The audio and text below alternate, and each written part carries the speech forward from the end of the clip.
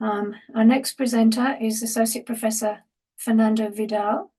He's a research professor at the Catalan Institution for Research and Advanced Studies and Professor of Medical Anthropology at the Research Center, Department of Anthropology in Tarragona in Spain. After a long trajectory as an intellectual historian, he moved into medical anthropology and phenomenology. His research in this area explores how the disorders of consciousness, the unresponsive wakefulness syndrome, formerly known as vegetative state, and the minimally conscious state, as well as conditions that symptomatologically affect primarily the mind, the dementias, or the body, locked-in syndrome, how they affect personal identity, personhood, relationality, and subjectivity. Fernando will present work done with the Anthropology and Phenomenology of Locked-in Syndrome project. Some of our members in the community forum actually have been involved in that. It's a multidisciplinary and international collaboration that includes research groups, medical institutions, and associations from Spain, France, and Japan. The purpose of the project is to describe and study the life of persons with locked-in syndrome. It focuses on the subjective and intersubjective aspects of their experience, comparing them along two dimensions, between cultures and between persons who entered the locked-in state suddenly, for example, due to stroke, and persons mainly affected by ALS who entered the locked-in state gradually. Thank you. I hand you over to Associate Professor Fernando Vidal. Hello, Fernando. Thanks, Shannon. Can you hear me? We can hear you. Thank you. Okay. Is my screen being shared? It is. Okay. So you see that first page. Okay. All right. Well, as Shannon said, really the purpose of my talk today is just to present some results of this project called Anthropology and Phenomenology of the Locked-in Syndrome. And as Shannon also mentioned, the seat of the project is at the Rovira Virgili University in Spain, in Tarragona, Spain, but its scope and structure are international. These are the main persons involved, the main research persons involved, and I don't have time to introduce them. But as you see, we are in Spain, Japan, and France. And there are other individuals, including a colleague in Mexico and 2 graduate students in Spain. And of course, the most important people are the persons with locked-in syndrome and their relatives. And our gratitude goes to them in the first place. I just want to mention in particular Charlie Carballo and his wife Puri in Spain, who were crucial for expanding our group, making contacts, as well as Paqui Villegas, whose presentation comes right after mine. So I'll now summarize the project's main features and overall results. Our general goal is to study and describe the subjective lives of people with locked-in syndrome and their relational and contextual conditions. And for that, we rely mainly on 2 kinds of materials: autobiographical narratives, of which there are over 30 in several languages, almost all of them published as books, and interviews and open-ended questionnaires with individuals and groups.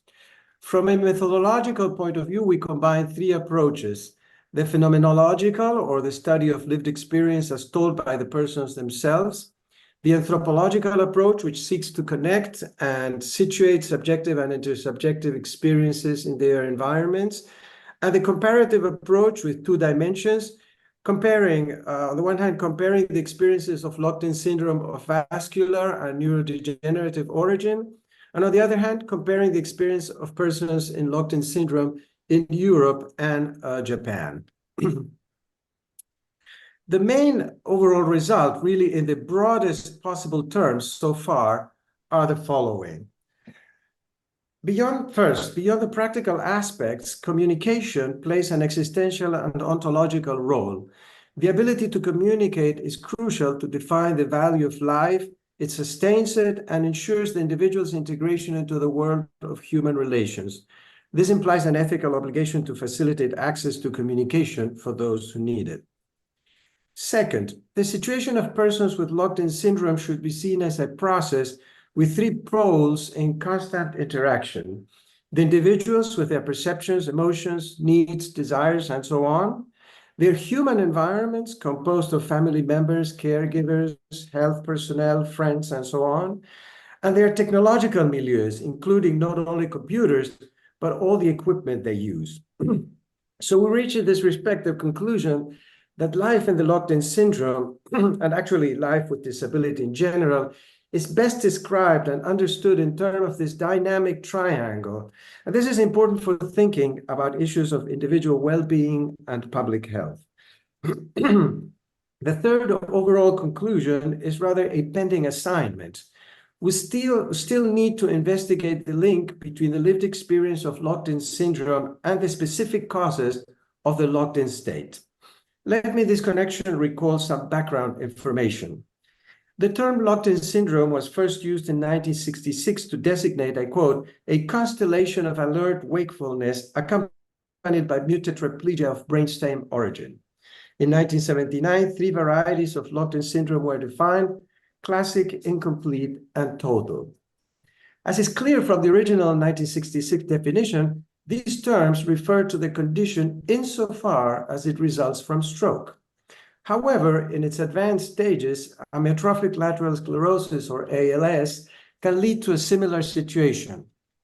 Probably to understand that it has a different cause, there is a tendency to speak of the locked-in state when referring to ALS. But of course, the expression locked-in state applies as well to the locked-in syndrome of vascular origin. The fact is that although the prognosis and life course of persons who enter the locked-in state due to stroke and due to ALS are very different, there are no systematic studies comparing them. We have begun to do that comparison.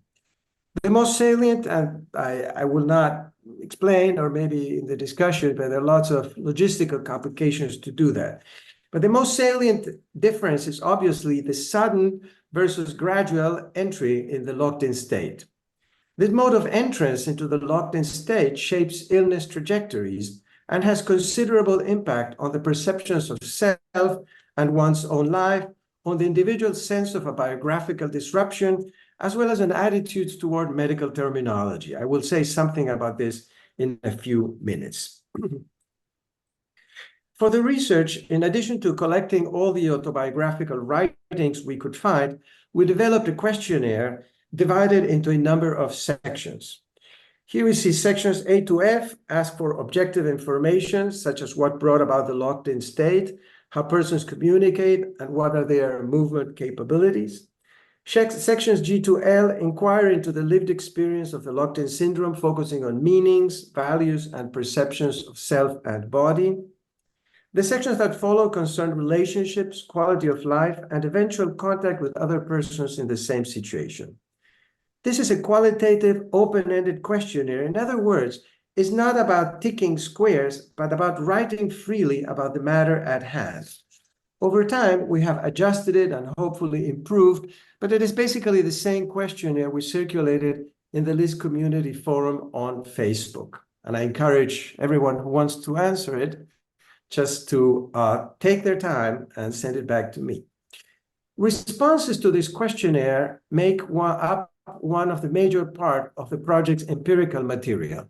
We analyze these responses by hand, which means we just read the questionnaires, the responses, and also with the help of Atlas T, which is a software for working with qualitative data, which helps generating and organizing themes and main concepts. The second major source of empirical material consists of, as I mentioned, of autobiographical writing. Here you see some book covers. I mentioned there are about over 30 published books that are locked-in syndrome memoirs. We work these materials step by step. We first read them immersively to develop general impressions and grasp basic elements of form and content. Obviously, even this first approach is not completely naive, since we have in mind existing scholarship and our own research questions. In a second phase, we identify narrative structures and strategies, as well as emerging themes, with particular attention to topics such as emotions, communication, relationships, time, the sense of self and bodily sensations, medical circumstances, and material challenges. We also pay attention to gender, which has never been specifically examined in the case of the locked-in syndrome.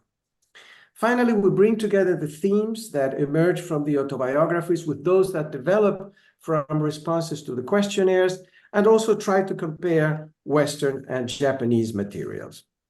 This for the very broad outline of the project. Next, I will present some selected project results. This study is based on testimonies. The lockdown of the locked-in is based on testimonies provided between March and June 2020 by members of the French Locked-in Syndrome Association. We see here the special issue of the newsletter that brought together the testimonies and our responses to a qualitative questionnaire by the Spanish participants in our project. We identified 5 main themes: familiarity with confinement, receiving care, going out, visits and social contact, risk perception and vulnerability. Persons with locked-in syndrome, and in this research, often depicted themselves as having lived in confinement for a long time and therefore felt prepared to cope with the COVID-19 lockdown. We call this familiarity with confinement. We made several other observations. Despite the impact of the lockdown on receiving care and sociability, it did not significantly change individuals' perception of their overall situations. I am always reporting the responses we received. At the same time, perceptions of risk and vulnerability varied significantly. While some persons highlighted their fears, others didn't seem very worried. Given that a large proportion of people with locked-in syndrome are jeopardized by breathing complications, they did express concern with situations that could affect the respiratory system. It has often been asserted that the pandemic exacerbated the discrimination experienced by persons with disabilities in general.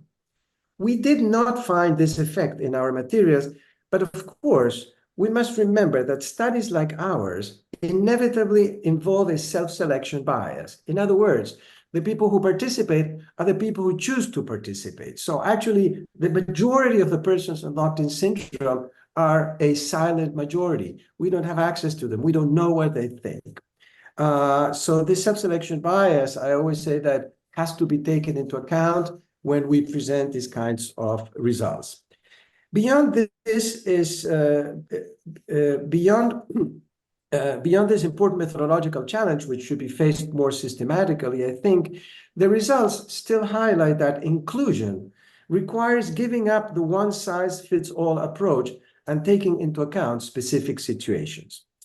With regard to persons with locked-in syndrome in particular, the study underlines the importance of striving to ensure the stability of daily care by professional caregivers and the continuity of social contact.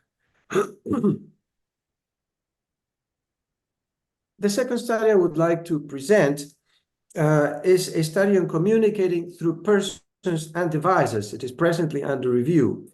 We asked here with Lina Massana several questions. How locked-in persons communicate with others over time by various means? What communication means for them? How do they perceive their ability to communicate it, and how it is perceived by others?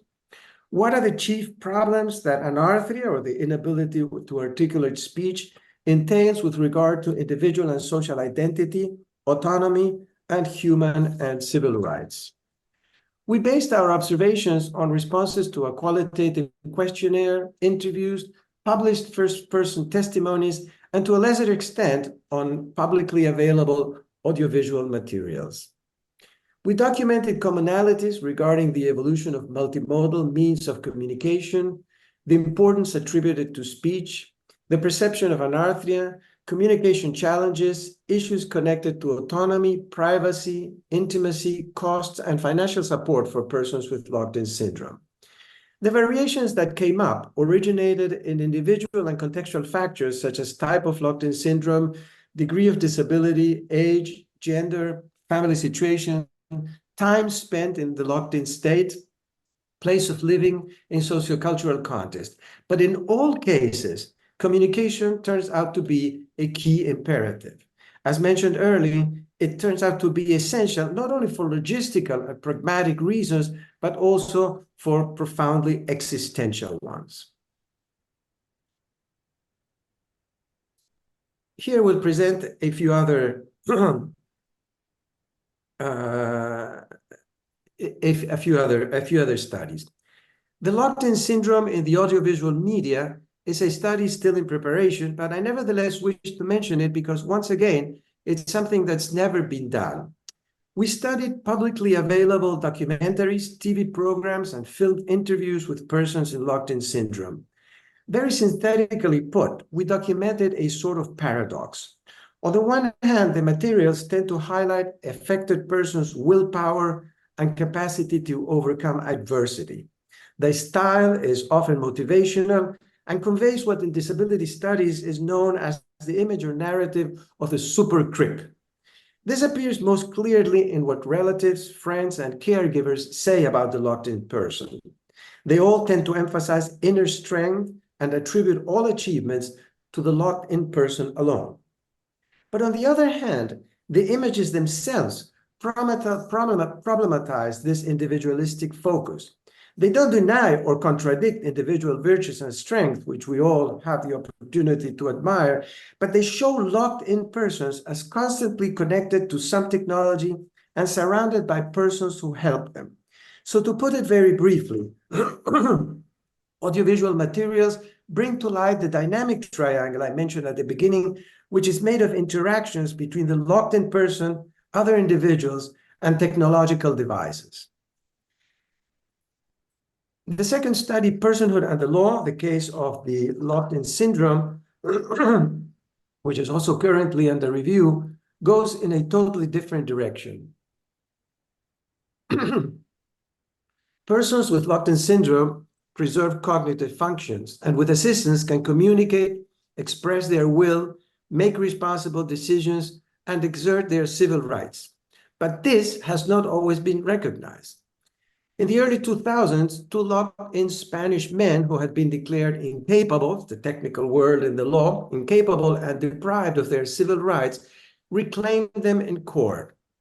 Rights were returned to the person who could use a computer. They were initially refused to the other, who communicated only by blinking and depended on a human intermediary.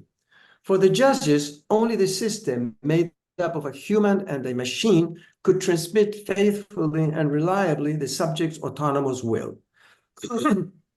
What determined the other man's recovery of legal capacity in 2009 was not a change in cognitive status, but the fact that he had become able to use a computer with an eye-tracking system. As his lawyers explained, this now allowed him, I quote, to communicate with others without anyone else's help. Perhaps today the cases would be dealt with differently.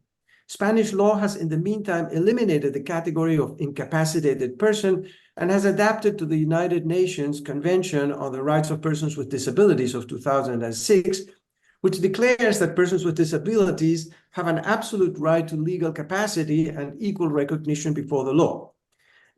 In the article, this title, I reconstruct the cases in great detail, discuss a few others, and explore how they can throw light on issues of legal personhood. The third paper I want to mention here, Am I Locked In? Illness Trajectories and the Experience of Locked-In Syndrome in Japan and Europe, takes a step towards what I, at the beginning, describe as the pending assignment of comparing the lived experience of persons who entered the locked-in state due to stroke and due to ALS. We work for this in Japan, Spain, and France. Most Japanese respondents, and this is some of the logistical complications, most Japanese respondents suffered from ALS, while most European participants had entered the locked-in state as a consequence of stroke. This sampling is not ideal because it makes it difficult to pinpoint specifically intercultural factors, but we couldn't do other ways for now. The article focuses on responses to two questions. What do you think about the official name of the diagnosis, locked-in syndrome? And sometimes people with locked-in syndrome are described as a mind trapped in a body. What do you think about it? Why? Persons locked in due to stroke said that the name locked-in syndrome corresponded to their situation. Some accepted this trapped mind image, others did not. Some reserved it for certain situations or reported giving it up as they recovered movement or became able to communicate. In contrast, most persons who entered the locked-in state in the course of ALS rejected the name locked-in syndrome and the trapped mind image. For them, neither applied as long as they could communicate. These differences between the two groups seem to reflect diverging illness trajectories. Persons who suffered a stroke experienced a sudden entrance into the locked-in state and went through a period of quasi-absolute captivity from which they emerged gradually. In contrast, persons with ALS move in the opposite direction since their condition gradually takes them toward an increasingly locked-in state. There is still a lot to do in this domain, and there are many questions open, but this is what we can say so far. I want next to present very briefly this article, The Way of Flowers and the Care of Patients with Amyotrophic Lateral Sclerosis in Japan. This article involved Yukiko Himeno, who's important member of the project, Osamu Inui, who's a major specialist of Ikebana, or more specifically Kado, The Way of Flowers, that appears in the title, and myself. The problem we dealt with was the following. Patient survival in advanced stage ALS often requires tracheostomy with invasive ventilation, or TIV. A proactive approach toward TIV in Japan has been shown to prolong patient survival by avoiding lethal respiratory failure. Patient acceptance of TIV is particularly high in Japan. Moreover, compared to other developed countries, Japan has been extremely successful at prolonging ALS patients' life expectancy without sacrificing quality of life. This has been referred to in the literature as the Japanese bias. In Japan, ALS has been included in a list of rare and intractable conditions termed specified diseases, which means the costs it generates are fully covered by the state. Since families don't have to bear what is likely to be felt as an intolerable burden, patients are more inclined to accept TIV. This material aspect helps explain the Japanese bias. But sociocultural and religious factors have also been suggested. The paper I'm showing here is an attempt to use specifically Japanese philosophical concepts related to the way of flowers to explore possibly significant elements of the cultural background of patient care in Japan and the potential of non-Western concepts for thinking about care. Concepts that, in principle, go all in the direction of a closer connection between the individual and the community, and a breakdown of the typically Western dichotomies between mind and body and so on. Now, it would be really too complicated to provide details about our argument here, but I just want to mention that preparing this article demonstrated to us the challenges of working cross-culturally when dealing with concepts that can hardly be translated without a considerable loss of nuance and connotation. We consider, however, this an important task for the future, one that holds promise for understanding the experience of illness and thinking about new ways for improving patient care and well-being.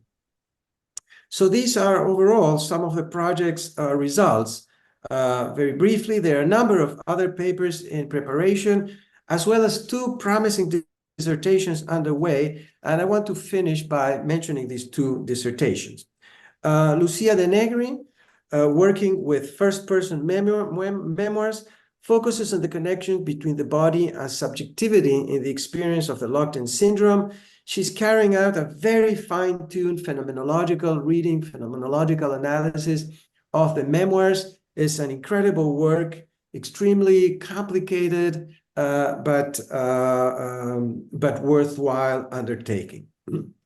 The second dissertation that I want to mention is Anna Santangelos, who, using questionnaires and in-depth interviews, Anna explores the dimension of sexuality in locked-in persons. Now, this might be seen as a delicate topic, but we decided to go ahead because it seems such an important study, so important to study such a central yet often neglected and tabooized aspect of human experience from the standpoint of the experience of persons themselves.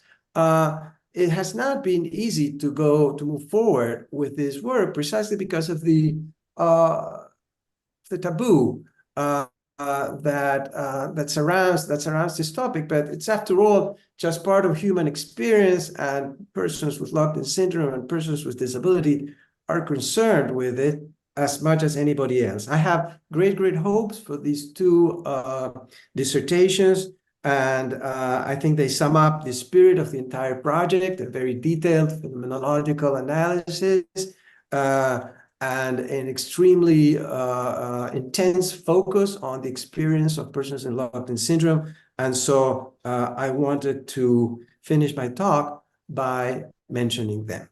Thank you. Thank you very much, Fernando. That was a really very interesting talk.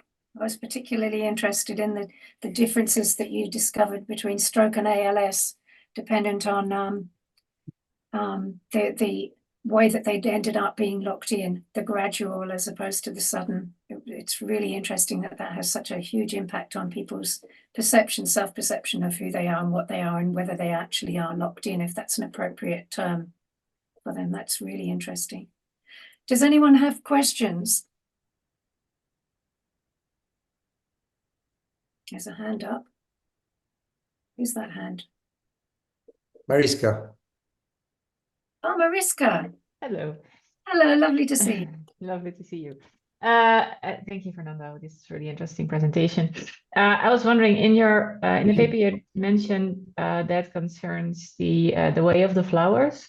You mentioned some of the considerations or why Japan may be different than the rest of the world in choosing tracheostomy invasive ventilation for people with late-stage ALS.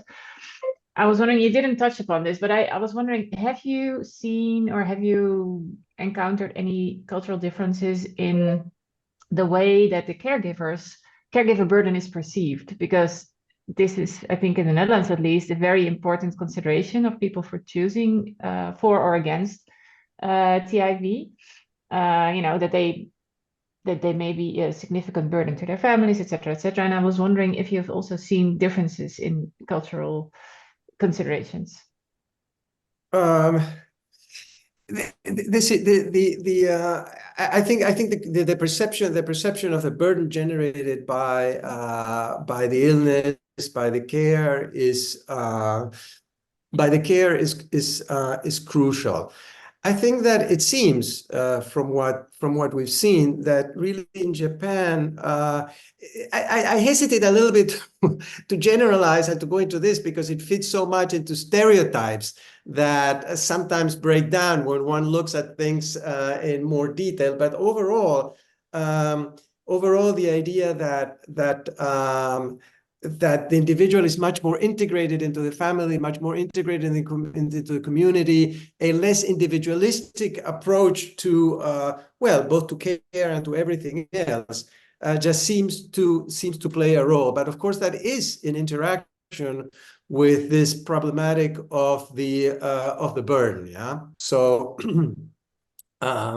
that's a little bit what we've seen. I mean, the article is a lot more complicated, as I say, because it enters into some sort of philosophical concepts from Japan.